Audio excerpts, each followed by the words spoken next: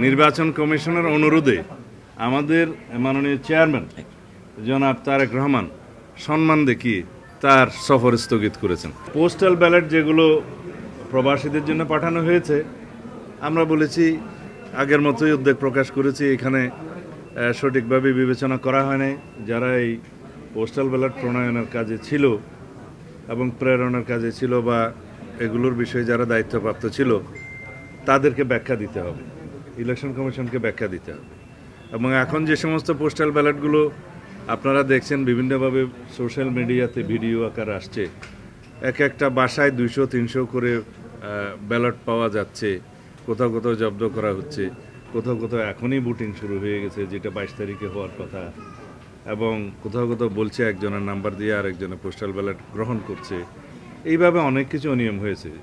যেহেতু বাংলাদেশে প্রবাসীদের ভোটদানের এই নিয়মটা এই প্রথম এক্সারসাইজ হচ্ছে, এখানে কিছু ভুলভ্রান্তি থাকতে পারত, তবে যে ভুলভ্রান্তিটা হচ্ছে এখানে আমরা ভিক্টিমাইজড, আমরা ক্ষতিগ্রস্ত হচ্ছি এবং একটি নির্দিষ্ট রাজনৈতিক দলের পক্ষ হয়ে কিছু কিছু এখানে কাজ হয়েছে বলে আমাদের ধারণা, এবং সেটা প্রকাশিত হয়েছে, আসলে ধারণাও নয়, সেটা প্রমাণিত হচ্ছে। তা এখন আমরা বলেছি এই বিষয়ে আপনাদেরকে পরিষ্কার ব্যাখ্যা দিতে হবে। এই প্রবাসীদের কাছে যে সমস্ত ব্যালট পাঠানো হয়েছে, কিভাবে পাঠানো হয়েছে, তারা কিভাবে ভোট দিবে, ওখানে কিভাবে স্ক্যান করবে, আর এক জায়গায় যদি 200-300 ব্যালট পাওয়া যায় সেক্ষেত্রে কি ব্যাখ্যা দিবেন, পররাষ্ট্র মন্ত্রণালয় কী ব্যবস্থা নেবে, এই সমস্ত বিষয়ে আমরা আলাপ করেছি। তারা তাদের ব্যাখ্যাটা দিবেন আপনাদের কাছে, আমার মনে হয় আজকেও দিতে পারে, কালকেও দিতে পারে, তাদের সময় মতো দেবেন।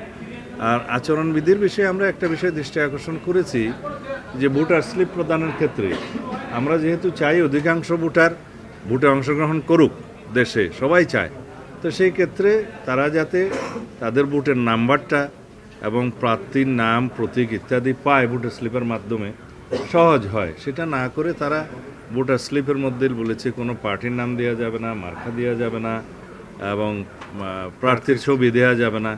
এগুলো আমরা হচ্ছে পুনর্বিবেচনা করা দরকার। আচরণবিধি যেহেতু ইলেকশন কমিশন নিজেরাই এটা পরিবর্তন করতে পারবে, সুতরাং এই বিষয়টা বিবেচনায় নেয়া।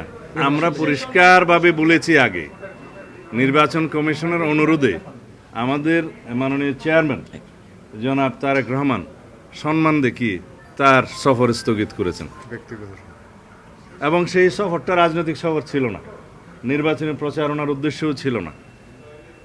2024 সালের গণ অভ্যুত্থানে শহীদ তাদেরকে বিনম্র শ্রদ্ধা জানানো, কবর জিয়ারত করার উদ্দেশ্যে ছিল। আমরা আচরণবিধির কারণে নয়, নির্বাচন কমিশনের অনুরোধে সেটা আমরা স্থগিত করেছি। এখন বিভিন্ন রাজনৈতিক দলের গুরুত্বপূর্ণ নেতারা বিভিন্নভাবে যে সমস্ত বক্তব্য বিবৃতি দিচ্ছে এবং সেটা ভিডিও পাওয়া যায়, তাতে করে নির্বাচন আচরণবিধি লঙ্ঘন হচ্ছে। কিন্তু এই ব্যাপারেও আমি দেখছি যে নির্বাচন কমিশন নির্বিকার। তা আমরা আশা করব তারা এগুলো অ্যাড্রেস করবে।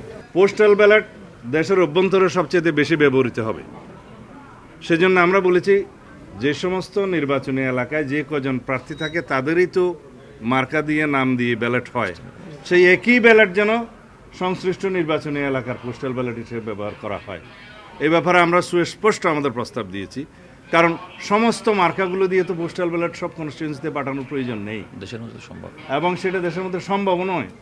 আমরা প্রত্যেকটি নির্বাচনী এলাকার ক্ষেত্রে সংশ্লিষ্ট সকল প্রার্থী যারা থাকবেন তাদের নাম এবং মার্কা সহকারে যেটা ইউজুয়াল সাধারণ ব্যালট হবে, সেই একই ব্যালট প্রত্যেকটা নির্বাচনী এলাকার পোস্টাল ব্যালটের ক্ষেত্রে ব্যবহারের জন্য আমাদের একদম স্পষ্ট প্রস্তাব আমরা দিয়ে গেছি। আশা করি সেটা তারা গ্রহণ করবেন, যেহেতু এটা যৌক্তিক।